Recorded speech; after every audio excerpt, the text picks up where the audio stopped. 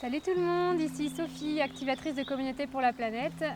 Ici, avec ma puce à l'oreille, je vous partage mes réflexions, ma vision d'un monde meilleur et je pars à la rencontre de ceux qui s'activent pour faire de leurs rêves une réalité. Et aujourd'hui, j'ai envie de vous parler de comment le positif, l'optimisme peut être utile dans les situations difficiles et quand on est face à des problèmes importants. Et c'est quelque chose en fait qui me caractérise, c'est que je suis toujours assez optimiste même quand il y a des choses qui sont hyper bloquantes.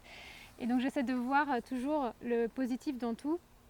C'est quelque chose que je reprends d'un principe aussi de la permaculture, qui est que le problème est la solution. Et donc quand je suis face à un problème, je vais toujours essayer de chercher l'avantage, chercher la solution. Donc, par exemple, là, je suis actuellement aux États-Unis, je suis bloquée le temps de faire les papiers.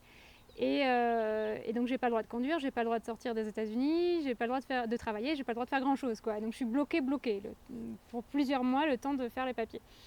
Et pour moi c'est un problème puisque je suis toujours hyper active. Et du coup là je pouvais plus rien faire quoi, enfin à part des choses sur mon ordinateur ou en ligne. Et donc j'essaie de voir l'avantage de ça, c'est que je peux prendre soin de moi puisque je ne le faisais pas jusqu'à présent parce que j'étais toujours dans l'action. Et donc je peux être plus à l'écoute de mes besoins, plus à l'écoute de ce qui compte vraiment, être plus focaliser mon énergie sur les projets qui sont les plus importants et donc arriver à laisser la place pour que les choses puissent émerger et pour que les choses les plus importantes pour moi puissent émerger. Et donc ça c'est vraiment un point positif du fait d'être bloqué quoi.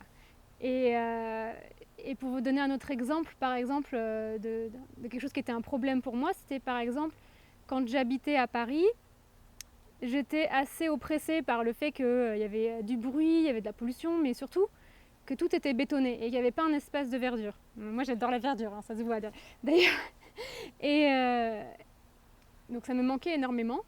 Et donc ce que j'ai fait, c'est que je me suis posé la question, ok, donc le problème c'est que c'est très bétonné.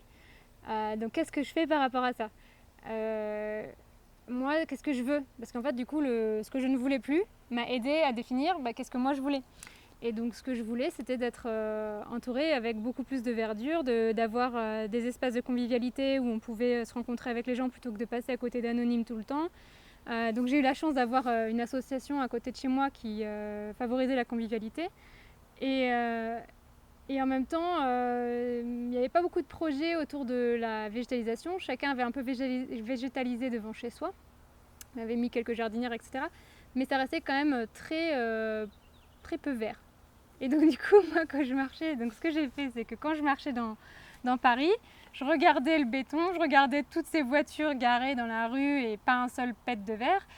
Et je passais comme ça et je claquais des doigts et j'imaginais que les voitures se transformaient en pommiers, en poiriers, en petits arbres fruitiers, que là il y avait un espace de végétalisation qui se mettait en place, que là il y avait un carré de potager devant la banque, etc., etc. Et donc à chaque fois que je marchais dans la rue, je visualisais, j'imaginais tous les petits endroits de verdure qui sortaient de terre à la place de toutes ces voitures, de tout ce béton. Et la deuxième étape, je faisais ça en 3 étapes. Donc première étape c'était ça, je visualise, j'imagine, je donne la possibilité à la chose d'exister parce que je l'imagine. Ensuite je ressens ce que ça fait d'avoir ça. Si par exemple je marche dans une rue où il y avait plein de végétalisation, plein de potagers, pommiers, etc. Comment je me sentirais? Je me sentirais avec de la joie, etc. Donc j'essayais de visualiser aussi dans le cœur en ressentant ce que ça pouvait m'apporter.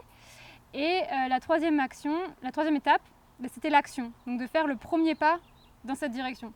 Et donc le premier pas dans cette direction, c'était par exemple installer une jardinière sur mon balcon ou demander un permis de végétaliser. Et donc j'ai installé on a construit un petit carré potager au pied d'un arbre.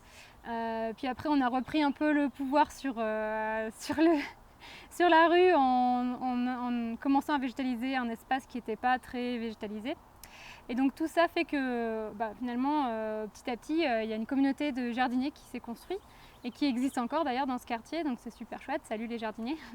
Et en fait, le fait d'avoir autant de béton, ça a créé l'avantage que ça m'a apporté, c'est que ça m'a permis de créer du lien avec des voisins, ça m'a permis de commencer des projets pour végétaliser la rue et donc de créer un espace de convivialité dans la rue qui fait qu'en fait j'ai rencontré plein de gens comme ça dans le quartier, j'ai rencontré énormément de gens avec qui on a pu construire encore plus de projets, on a fait un panneau d'affichage ensemble, on a fait plein de choses en fait et donc c'était vraiment super chouette. Voilà, en partant d'un problème, je suis arrivée à un truc vraiment super. Ça m'a apporté beaucoup d'avantages et donc le problème et la solution. Voilà, c'est le message du jour à retenir. Si vous avez aussi des exemples comme ça où vous essayez de mettre en place des choses et que vous essayez de transformer les problèmes en solutions, partagez-les en commentaire, ce serait cool. Voilà, salut!